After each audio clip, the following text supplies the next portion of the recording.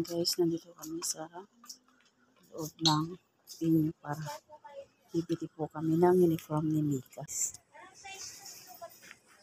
Guys.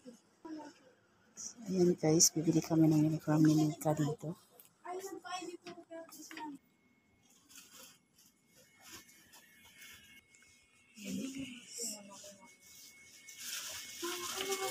Ayan guys, nagsusukat si Mika ng uniform bali yung white niya. polo long sleeve po, kaya nasa magpo-provide po. Ano po? So ayan guys, si Mika. Hindi ka po, iwan mo.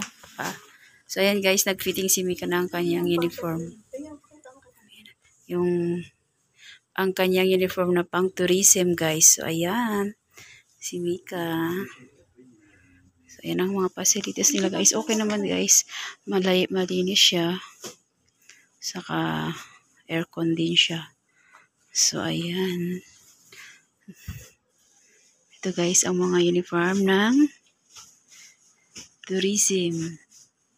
Makaganda guys ng tanawin doon sa baba.